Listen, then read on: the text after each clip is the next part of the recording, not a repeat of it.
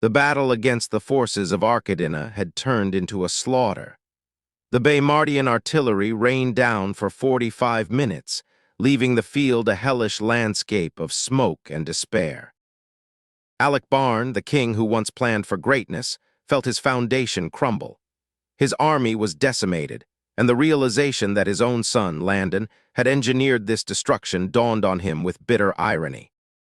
Landon stood upon the high walls, his voice ringing out with playful disdain. He mocked his father's intelligence, confirming that the catastrophe below was his own design. The king laughed, a sound raw with fury. He recognized the tactical genius of a true Barn, finally understanding that the war he sought to wage had ended before the enemy had even drawn their swords. Despite the defeat, Alec's mind drifted to greed. He saw the godly weapons in action and plotted to steal the secrets of their production, hoping to use them to unite the Pino continent under his rule. Landon triggered Operation Golden Goose. The statues that Alec had ignored came to life, revealing themselves as massive armored tanks that choked off all hope of retreat. Alec realized the game was over. He abandoned his loyal soldiers, callously treating them as shields for his own desperate escape from the field of death. Just when escape seemed near, a wall of guards emerged. Leading them was Warden Mitchin, a man of supernatural strength and the calm demeanor of a predator. Alec lunged, blinded by arrogance. He expected an easy kill, unaware that the man before him was a master of a different kind of strength, one tempered by a system that defied mortal limits. The clash was one-sided. Every strike from Alec was countered with bone-crushing force, reducing the proud king's movements to the desperate thrashing of a cornered beast. Beaten and broken, the king finally conceded. He had been tossed aside like garbage, forced to acknowledge the superiority of a man he considered beneath him. Secured in heavy iron bangles, Alec was transported away. He kept his head high, a pathetic display of pride while he plotted his next betrayal from the confines of his metal cage. When the cell door opened, Alec froze. Before him stood his brother and allies, men he had personally ordered executed decades ago, standing in the flesh, alive and accusingly watching. The revelation shattered his mind. Odin was alive, and he brought with him the truth that Arcadina's future throne was already promised to another, William, his own nephew. Alec descended into madness. He attacked his son, but was easily suppressed. The weight of his failures, his murders, and the betrayal of his bloodline finally broke him completely.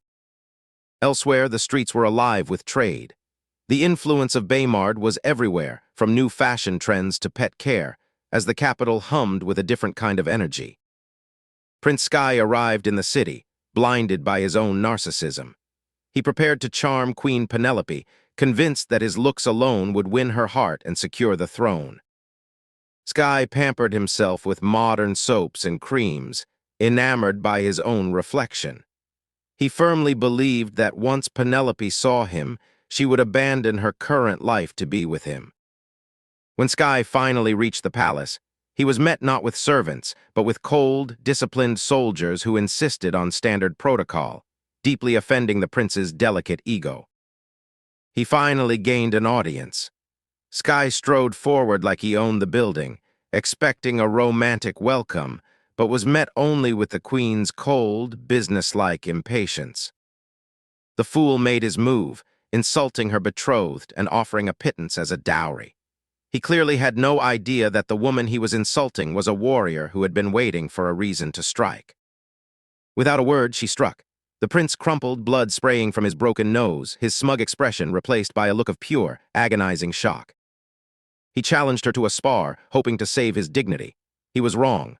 Penelope danced through his attacks, systematically breaking him down with a ruthlessness that sent his guards into a panic. Defeated and humiliated, Sky was thrown out of the palace gates. He left not as a charming suitor, but as a battered lesson in manners, swearing vengeance that no one took seriously. Elsewhere, the gears of war were turning. William addressed his clandestine army, promising that their long wait in the shadows was coming to an end.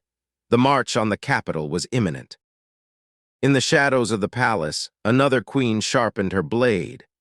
The web of vengeance was tightening, and the capital was about to become the site of a final, bloody reckoning.